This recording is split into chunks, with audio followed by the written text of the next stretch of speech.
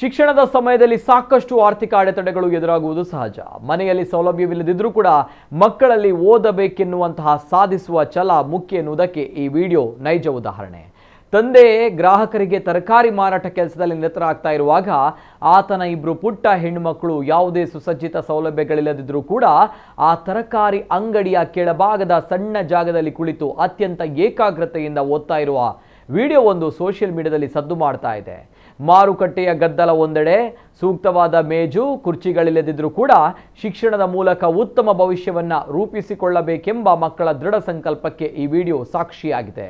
ಈ ವಿಡಿಯೋ ಸಾಮಾಜಿಕ ಜಾಲತಾಣದಲ್ಲಿ ಲಕ್ಷಾಂತರ ವೀಕ್ಷಣೆಗಳನ್ನು ಪಡೆದುಕೊಂಡಿದ್ದು, ಬಡತನದ ನಡುವೆಯೂ ಕೂಡ ಮಕ್ಕಳಿಗಿರುವ ಓದಿನ ಮೇಲಿನ ಆಸಕ್ತಿ ಕಂಡು ನೆಟ್ಟಿಗರು ಭಾವುಕರಾಗಿದ್ದಾರೆ.